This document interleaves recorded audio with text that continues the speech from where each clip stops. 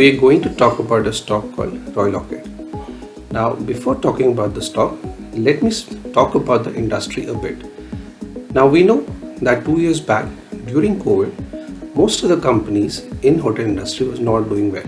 In fact, they were making losses just because people were not traveling. However, post-COVID, thanks to the demand and travel of people, we have seen huge demand in hotel industry. People have started traveling. In fact, in last 2.5 years, post-COVID, we have seen the demand growing at 13% to 15% to be precise. However, the hotel rooms are not increasing the way your demand is increasing. It's only at 5%. So with this, what has happened is the demand is overshooting supply. So with that, your ARR is moving up, occupancy levels are moving up. So if we see the occupancy, which was closer to 65% before COVID, today there's around 68-69%. I think that can go to 75% next 2.5 years. On the other hand, because of occupancy increasing, your ARR is also increasing. What we think is ARR should grow up by 9% in next 2 years. So with this, what happens is your EBITDA actually improves significantly. And this is for the entire hotel industry. Everybody is doing well. One more very interesting point, what is there in hotel industry is, in the previous cycle, which was in 2003 to 8, when we saw the boom in the market and also in the hotel industry, the CAGR return of most of these companies were around 50% for next 5 years. So that means most of the companies, the good companies, tripled.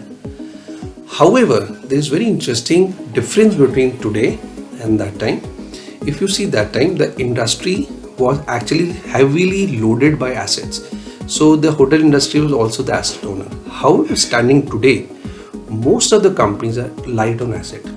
So what they are doing is, they are not buying the asset, however they are getting into management contracts, and asset owners are somebody else. It can be a real estate company, and there are specific companies who are real estate owners. So this is what has happened in the market, which is the hotel industry.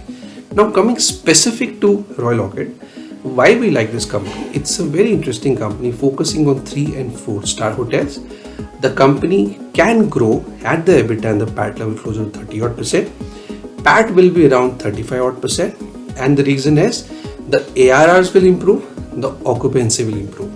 And also, since the company from here, the growth will be done through management contracts, so their investments will be very low. It will be something on the maintenance plus refurbishments. So with this, your interest costs will also come down, since you're not taking debt, and in fact you're repaying your debts, and depreciation also will be lesser effectively.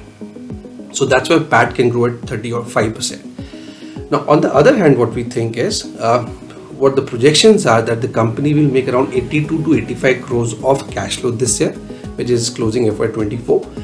And also FY25, it will be around 120-125 odd crores. So effectively in next 2 years, they will make around 200 crores of cash flow, and the market cap right now is just 950 odd crores, which makes this very interesting.